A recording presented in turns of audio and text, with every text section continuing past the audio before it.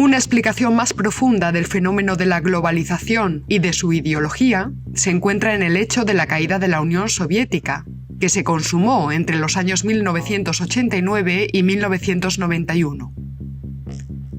Un derrumbamiento de la Unión Soviética y de todos sus países satélites que determinó cambios realmente profundos en Europa, entre ellos la reunificación alemana, la cristalización inmediata de la Unión Europea en el Tratado de Maastricht, y con ella la reconstrucción de los proyectos expansivos de Estados Unidos en relación principalmente con China.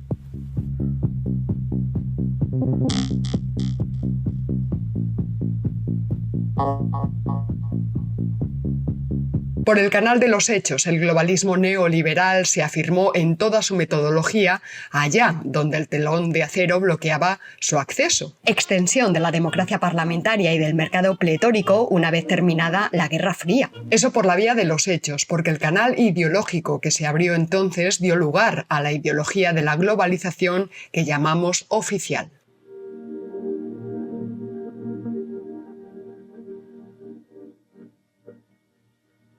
Una ideología que, paradójicamente, venía a ser la misma ideología de la Unión Soviética y de su proyecto de sociedad universal, internacional, global, por medio del comunismo, de la supresión de la propiedad privada, conducente a una humanidad en la que todos los hombres quedarían fraternalmente unidos por los siglos de los siglos. Una vez derrumbado el monstruo comunista, la guerra y la historia podrían darse por acabadas. La democracia parlamentaria y el mercado pletórico universal hacía ya posible una nueva sociedad mundial, una sociedad de hombres libres, emprendedores y capaces de elevarse desde su miseria hasta el estado del bienestar. La primera versión de esta ideología de la globalización la formuló Fukuyama en la época del presidente Bush I, o sea, Bush padre. Ahora bien, solo si podemos delimitar los intereses contra los que la idea de globalización se enfrentaba entonces, podremos entender esa ideología. ¿Contra quién se enfrentaba o contra qué? Aquí se cumple plenamente la regla. Solo podemos entender un pensamiento, una ideología, cuando sabemos contra quién va dirigido. Es fácil caer en la trampa y concluir que la ideología de la globalización es la respuesta del capitalismo victorioso contra el comunismo tras el fin de la Guerra Fría.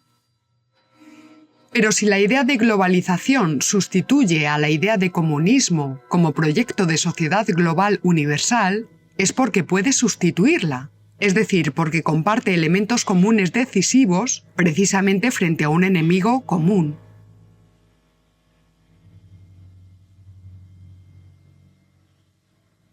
Lo cierto es que derrumbado el comunismo de la Unión Soviética, la amenaza de un caos casi total, un caos de clases sociales, de pueblos, de naciones o de imperios, pues arreciaba. Pues bien, la hipótesis que Gustavo Bueno planteaba en el año 2004 era que ese enemigo común era el anarquismo en sentido general. Esto es, no exclusivamente aquello que se concreta en la teoría política del anarquismo, a saber, la negación del Estado, pues tanto el capitalismo globalizador como el comunismo tienen siempre en el horizonte la extinción del Estado. Para aclarar este punto voy a citar expresamente un párrafo de la página 450 del libro de Bueno, La vuelta a la caverna, y tengan ustedes paciencia porque lo que a lo mejor algunos que no manejan pues la terminología de la filosofía académica pues les puede parecer difícil, pero ya verán cómo luego va quedando más clara la idea, ya verán. Pero lo que el gran capitalismo industrial veía en el anarquismo era lo mismo que el socialismo marxista veía en él. Por ello cabría afirmar desde un punto de vista filosófico que aquello que el gran capitalismo, no ya el pequeño burgués, y el socialismo marxista, y no el socialismo demócrata pequeño burgués, veían en el anarquismo, individualista, colectivista o nacionalista, era sobre todo la negación del monismo, en la forma del monismo del orden, es decir, su reivindicación de un pluralismo radical. Es decir, monismo frente a pluralismo. Tanto el gran capitalismo como el socialismo marxista serían monistas, sobre todo un monismo del orden, frente al anarquismo, que sería un pluralismo radical. Continúa Gustavo Bueno.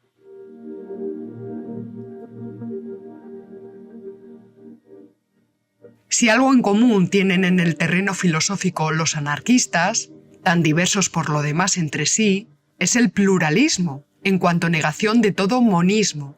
Por tanto, negación de toda confianza en un destino preestablecido por el cosmos o en una humanidad histórica.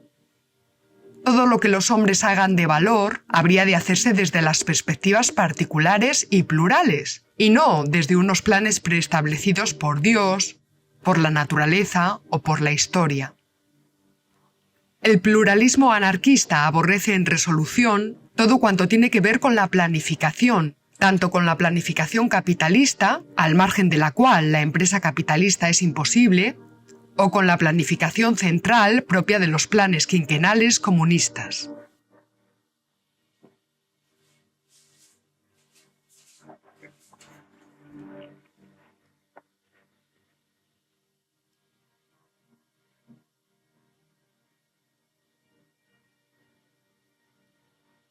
En suma, la misma incertidumbre, el mismo terror, la misma angustia ante el pluralismo libertario anarquista experimentó tanto el comunismo soviético como el capitalismo neoliberal, ambos monistas.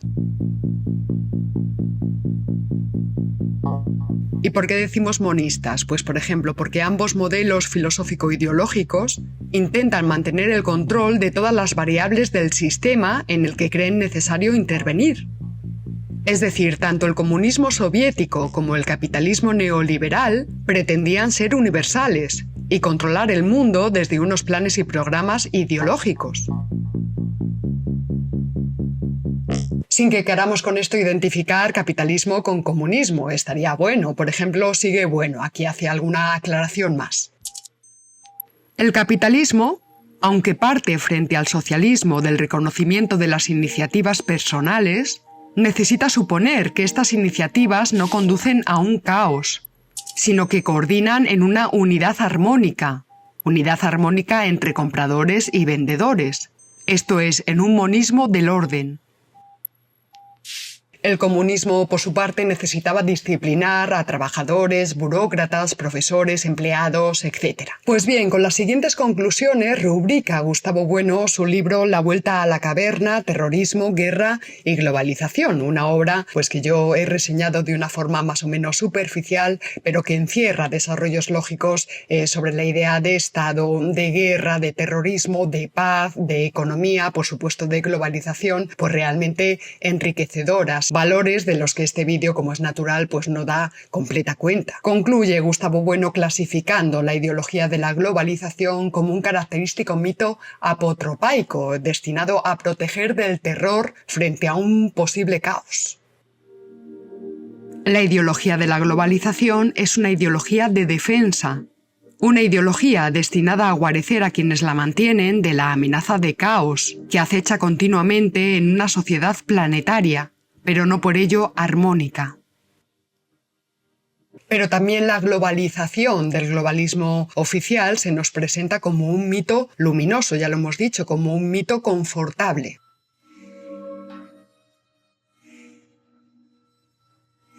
Algo así como el anhelo de reconciliación universal de todos los hombres que viven separados, alienados, distantes, y cuya separación va cargándose de recelos mutuos y de odios crecientes. Desde esta perspectiva, se entenderá que los hombres que se dirigen contra la globalización son los hombres que se mueven en el eje del mal y que por ello deberán ser exterminados.